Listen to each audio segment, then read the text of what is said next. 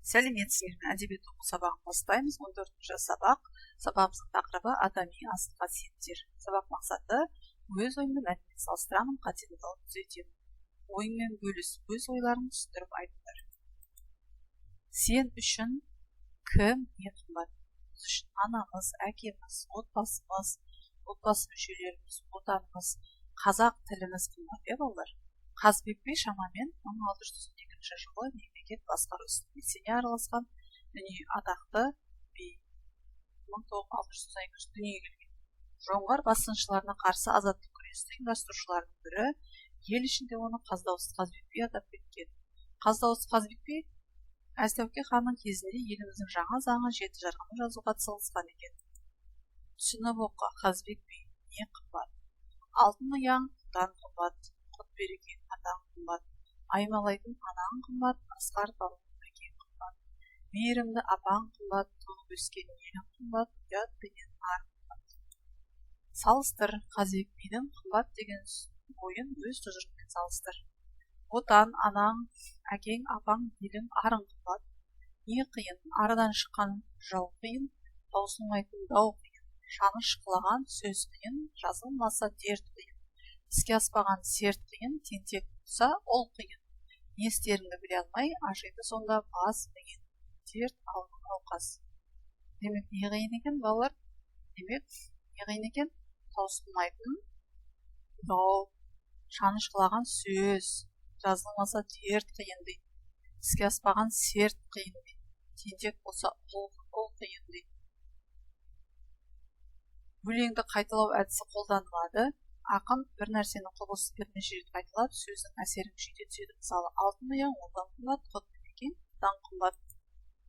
Ойыңмен бөліс. 3-ші тапсырма. Шешенің тентек болса ол қиын деген сөзін қалай түсінесің? Тентек болса ол қиын деген сөзі ақылсыз, бұзық айтқан, тыңдамайтын, тәртіпке бағынбайтын, осылай айтамыз. Ондай болса ата-анасына өте қиын болады. Қазбек бидің сөздерінде қайталанып тұрған сөздерге мән береміз.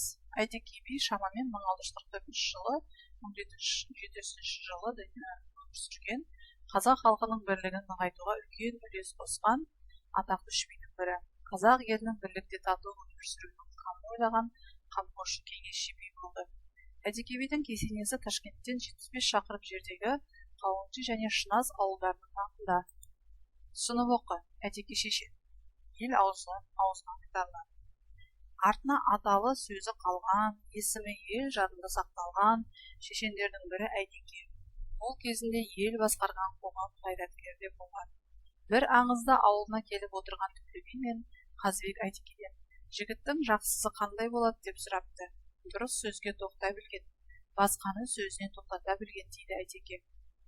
Жер дауына байланысты Орманбет биге айтқан бір сөзінде Әйтеке: бай болсаң халқыңа пайдаң дейсің, батыр болсаң жауға найзаң дейсің. Бай болып елге пайдаң тимесе, батыр болып жауға найзаң тимесе, елден өтетуге күйсін деген екен. Есіңе түсір. 3-ші сыныпта оқыған Әйтеке бидің ағайын дос мінез-құлқы туралы сөздерін есіңе түсіріңдер.